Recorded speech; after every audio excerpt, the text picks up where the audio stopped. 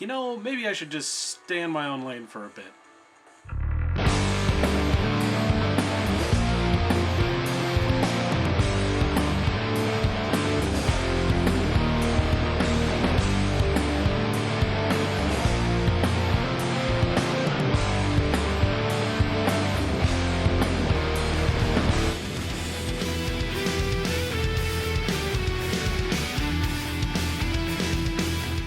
The year is 1994 and everyone is all up on Street Fighter 2, so of course it's going to get an anime. I mean, come on, what did you expect? So, here's our plot. We get Ryu wandering the world looking for dudes to fuck. I mean, fight. Definitely fight. Alright, cat's out of the bag. This movie is real gay. You could dub Hangin' with the Boys over the whole shebang and it would totally fit. And of course, maybe I'm talking nonsense, but let's have a look at this. So what is it about Street Fighter that just absolutely makes it impossible for me to look at and think, yeah, that's a heterosexual male? I know it's a little on the nose if you've ever seen Street Fighter 2 V, the Fighting Shippuden Remix to Third, Stardust Crusaders, or whatever it's called. But looking at this, at no point do I think Ken and Ryu are just friends. Example, Ken has a flashback to his training with Ryu, and a fucking love song plays.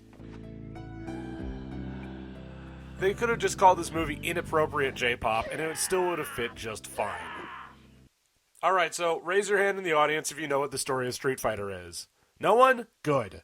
Fighting game stories are a little terse at best, and frankly pointless unless it's Mortal Kombat. Because if it's Mortal Kombat, it's just murder porn, and you have to keep track of who's dead and who's not at any given point. So without out-and-out murder, and a bunch of really buff dudes just beating each other up, the perhaps illogical extension becomes a little clearer. This was made at the point when the female characters in Street Fighter were Chun-Li and Cammy and literally no one else. So it's all dudes, all the time.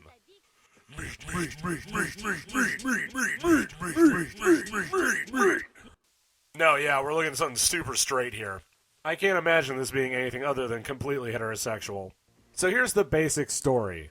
Bison is going around being a big ol' asshole and brainwashing people, while his Shadowloo bros go and make a mess of Interpol agents. Chun-Li and Guile are on the case to bring him down.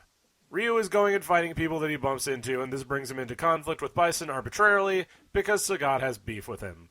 Sagat works for Bison and says Ryu is the strongest big beefy man in the world, and this gets Bison's rampant dick lust burning, and so he goes and beats up Ken, who's Ryu's good buddy. So much of this movie would work so much better if it wasn't like 90 minutes of these guys screaming at the top of their lungs that they're straight while punching the hell out of each other. Here's the thing. There's nothing wrong with being gay or otherwise. There are lots of different orientations out there. But when you make a film where every character seems hell-bent on no-homoing their way to the end of the last reel, then we have a problem. See, the thing with hypermasculinity is that it eventually just wraps around to seeming like they're super passionate about each other. Now, keeping well in mind that this was written in the mid-90s, in a culture that only just realized that gay people exist a few years ago, but I think the critique stands. When you have a bunch of super passionate characters and no women around, then all the energy turns into sexual tension when transferred to film. Especially considering that all these absolute monster men look like some sort of Cronenbergian mishmash of every 80s action star.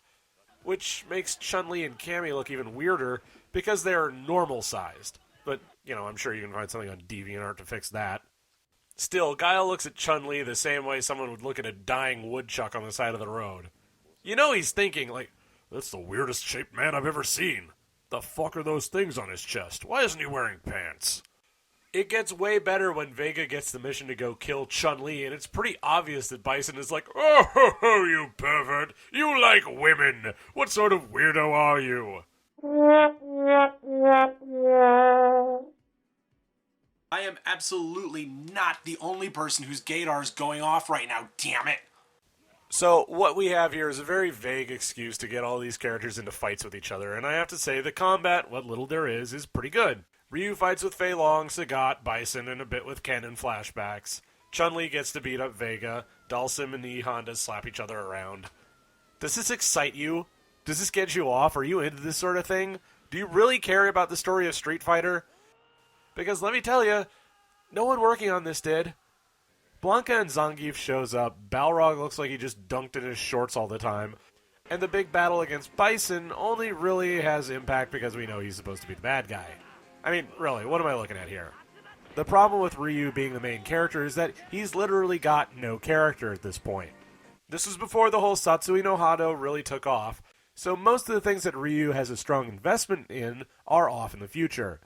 This leaves him free to go on a walking tour of Southeast Asia, but it makes him feel superfluous. Ken has even less to do, mostly he just gets beat up and brainwashed. Guile does a thing here and there, and Chun-Li spends the back half of the film getting stitches. This is not what you would consider exciting. Oh, incidentally, Bison is defeated by giant blue balls. And so was everyone watching. I did not sign on for this. Between the J-pop, the weirdly touching flashbacks, and the rest of the freaking film, I think it's pretty obvious what the intent was here. The biggest problem is that, while the movie is surprisingly well animated, the pacing is so jank and the story is so flimsy, even for Street Fighter, that the whole thing just falls apart. It's legit better to just watch clips here and there than to actually try to plow through it. One of the biggest problems here is that the director, Gizaburo Sugi, is well known for directing 2 different baseball shows and one about boxing. Here's the thing, Street Fighter, not a sport. These characters have a story, but they're not meant to be thrown at the silver screen because they're flatter than the damn DVD. When you have super burly men grunting and flexing at each other, then it stops being about character action, and it starts being about who's getting shipped. If there was just one scene in this where Ken whispers to Ryu about how he can't wait to get him home, or one where Bison is just like, "Fetch the massage oil, slave," then I could just write it off as something for an audience that I am definitely not a part of. But it's not. Even though this subtext is so very there. Well, no, maybe it's just me, but I think the whole film is saying a whole lot without being very open about it. Oh, but don't worry, there's a whole scene of Chunners taking a shower. Don't worry, that is the one moment that all your parents will walk in on. Promise. Fun fact, when they originally brought this over in 1995, they dropped out all the Japanese music and licensed a whole bunch of songs to put on it.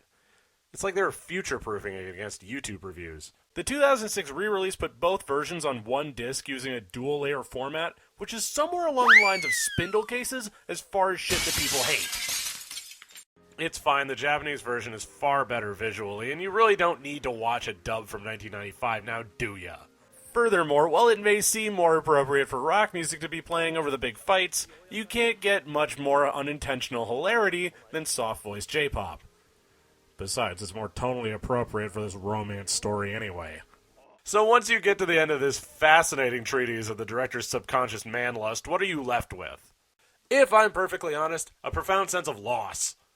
When this flick came out in 1995 in the States, it was like a dream come true. It was more faithful than the 1995 action flick with Raul Julia, and it had boobies. But 20 years on, anime is kind of an accepted thing, or at least more so than it was back then. The old days of VHS and rental shops having crappy selection kind of made this one a staple of the time. But now that we've all been there and seen that, it just doesn't have the oomph that it used to. But, you know, this thing was successful enough that it bankrolled Street Fighter II V, which gave us this scene. I'm gonna show you my San Francisco after dark. And this scene. And a scene where Ken and Ryu get in a fight in a San Francisco bar. Welcome to your first party in America, Ryu. Same fucking director, by the way. And suddenly it all makes sense. As far as game-based anime go, you could do a whole lot worse. The character designs are accurate, the action is alright, the story is a bit contrived, but it's not a huge detriment. But really, when you watch this, what are you going to get out of it? It's another relic of a bygone era that never set the anime world on fire, and will probably make some people reevaluate their lives. It feels a million years old, and I'm sure it can be found in a bargain bin near you.